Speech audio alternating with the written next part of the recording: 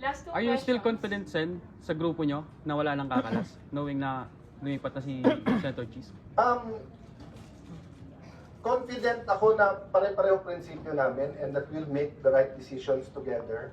Kasi kung ako lang ha, parang gusto ko nang sabihin dalawa sa kanila na pahiram nyo na yung boto kasi ang hirap ng pinagdadaanan nila. Tapos para bang ako lang nakikinabang dahil akong SP.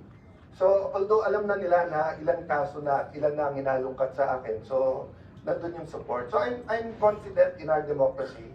I'm confident that the Philippines is a country of the Lord. So I face this, I'll just quote someone, no, nakasama ko, sabi niya sa akin, Brad, alam mo naman ako, kasi magkasama kami noon.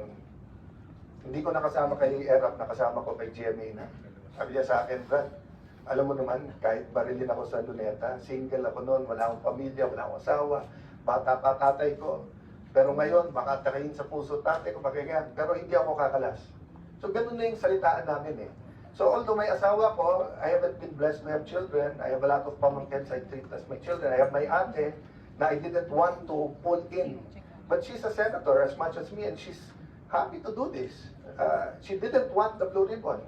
But kanina siya nagsabing, Al, kung magkakagulo dun sa baba, baka respeto nila kung babae. So siya bumaba. Buti lang sumama si Robin kasi kahit pala babae, haharangin pa rin sa baba. So I'm confident God is in control, but I cannot tell you more than now. And I don't know what will happen later. I don't know what will happen tomorrow. I don't know what will happen Monday.